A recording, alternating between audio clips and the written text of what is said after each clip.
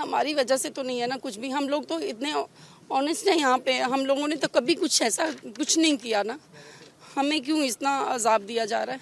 मैं अपने बच्चे छोड़ के जा रही हूँ, मेरी बेटी घर में, उसकी कंडीशन बड़ी ख़राब है इस वक्त, प्लीज़ आप कुछ कीजिए प्लीज़।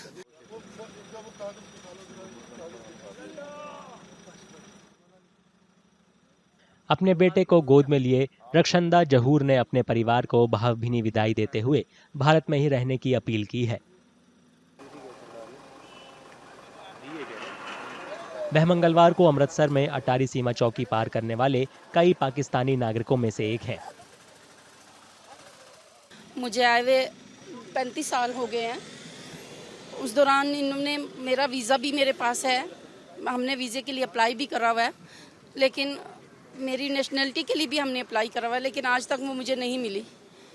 अब मुझे इमीडिएटली इन्होंने बोला रात को 9:30 बजे कि भाई आपने बॉर्डर क्रॉस करना है। मैं यही गवर्नमेंट ऑफ इंडिया से यही अपील करना चाहती हूँ कि इतना क्यों मतलब कर रहे हैं हमारे साथ। मेरे बच्चे यहाँ पे हैं, मेरी मैरिज हुई है, मुझे 35 साल हो गए हैं सर, मेरा क्या कसूर है इसमें। रक्षंदा के जाने से उनका परिवार दुखी है। रक्षंदा के बेटे का कहना है कि आतंकियों की सजा निर्दोषों को देना किसी भी तरह से जायज नहीं है। मैं और मेरी वाइफ यहाँ अमृतसर में थे, हम यहाँ पे हॉलीडेज पे थे, तो suddenly my mother called me at 10 PM at night. तो शी सेड कि government is deporting me in the morning. तो हमने बोला वो क्यों, मतलब कि वो कैसे, तो बोला कि हम मेरा इन्होंने वीज़ा भी कैंसिल कर दिया जो मैंने अप्लाई किया था। तो पुलिस भी 2 बार घर आई है और मेरे मतलब कि हमारे घर में लड़का एक उसको उठा के लेके गई रात को। पहले तो ये है, मेरे पास ऑर्डर है जिसमें ये कहा लॉन्ग टर्म वीज़ा वाले एग्जम्प्टेड है, ठीक है। हम तो 35 साल से लॉन्ग टर्म वीज़े पे थे, लॉन्ग टर्म वीज़ा चल रहा था, हमने अपने टाइम पे अप्लाई कर दिया, लेकिन अगर उन्होंने दिया नहीं आगे, उसको आगे फाइल नहीं भेजी, तो जिस बंदे ने, क्लर्क ने या जिस अफसर ने भेजी तो उसको सजा दो ना, हमें क्यों सजाए हैं। आपके वाइफ के मायके में है कोई भी नहीं है ना, प्रॉब्लम तो यही है। निर्वासन का सामना कर रही महिलाओं ने सरकार से उन लोगों के मामलों पर फिर से विचार करने और उन्हें नागरिकता देने की अपील की है जो शादीशुदा हैं। सजा उनको मिलनी चाहिए या हमें मिलनी चाहिए? इनके छोटे छोटे बच्चे हैं, वो इधर अंदर फंसी हुई हैं। ये हमारी अभी नई शादी हुई है, 2 माह हुए हैं शादी को, हमने LTV अप्लाई किया हुआ है, अंडर प्रोसेस आ रहा है और हमें ऐसे भेज रहे हैं नोटिस भेज के। ये तो गलत बात है ना। जिन लोगों के कारण आपको ये दिन देखना पड़ रहा है, कैसी सजा मिलनी चाहिए उनको चाहे जिंदा जलाएं, जो मर्जी करें, उन्होंने गुनाह किया, सजा हमें क्यों मिल रही है? तो सरकार से अपील करेंगे कुछ? सरकार से यही अपील है, जिनकी शादियां हुई हैं उनको यहाँ रहने दें, नेशनैलिटी उनको दें। आप LTV अप्लाई किए हुए आप उनको दें।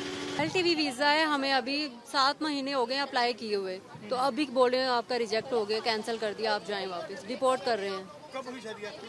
मुझे 11 साल हो गए। कितने बच्चे आपके? मेरी एक बेटी है 2.5 साल की, और अभी बच्चा माँ के बिना नहीं रह पाएगा। बच्चे को भी नहीं जाने दे रहे, ये जुल्म हो रहा है माओ के साथ। तो क्या सरकार से क्या अपील करेंगे? हमारे साथ बहुत गलत हो रहा है। तो जिन लोगों के कारण आपको दिन देखना पड़ रहा है, तो हमारा तो कसूर नहीं है ना, बच्चों का तो कसूर नहीं है, माओ को क्यों अलग किया जा रहा है बच्चों से, या फिर हमारे बच्चे भी दे दें साथ हमें। कितनी देर होगी आपकी शादी को? 11 साल हो गए। बच्चे कितने? एक बेटी है मेरी। तो कितनी बार आप पाकिस्तान और अभी मेरी कंडीशन भी ट्रैवल करने वाली नहीं है, मुझे डॉक्टर ने बेड रेस्ट बोला हुआ है, अभी मैं प्रेग्नेंट हूँ और मुझे भेजा जा रहा है। निर्वासन का सामना कर रही महिलाओं के पतियों ने इस कदम को क्रूर और अन्यायपूर्ण बताया है। मेरी वाइफ है आयशा किरण, मेरी बेटी है सर 2.5 साल की, प्रेग्नेंट है, वो 7 महीने की प्रेग्नेंट है, मेडिकल सारा है, कम से कम मेरी बच्ची को तो जाने दें साथ।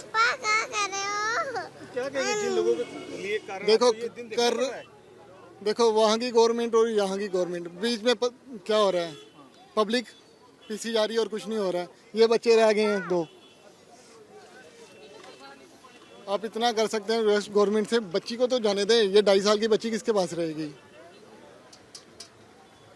सरकार से क्या अपील करेंगे कुछ? अपील तो करेंगे, जो हमने अप्लाई किया है सर, कम से कम बताएं ना। 25 तारीख को हम गए हैं वहाँ FRO सेक्शन, बोल रहे हैं आपका लॉन्ग टर्म वीज़ा का जो है उसमें कोई इशू नहीं है, जब इशू नहीं था तो कल क्यों रात को इन्होंने भेज दिया पुलिस को डिपोर्ट करने के लिए?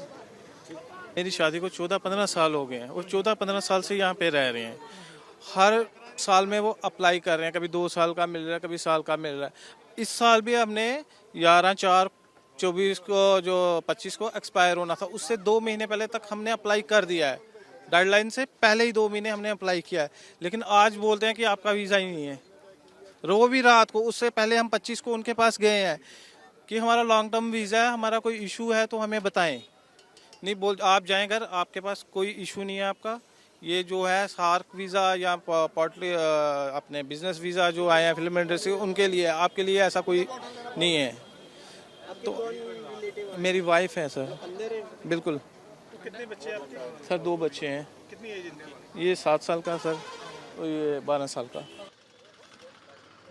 पहलगाम में 22 अप्रैल को हुए आतंकी हमले के बाद भारत पाकिस्तान संबंधों में काफी तनाव आ गया है।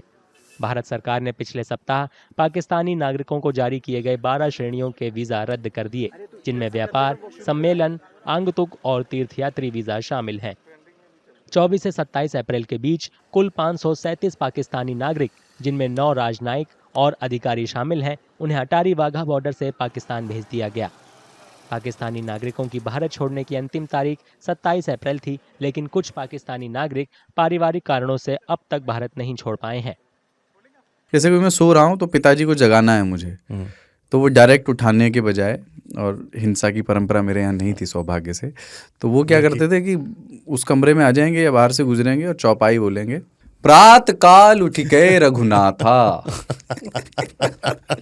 मात पिता गुरु नावही माता। कभी कभी मैं गुस्से में उठ करके, अरे पापा, चरण स्पर्श किया और सो गया। मैंने कहा अब मत उठाना।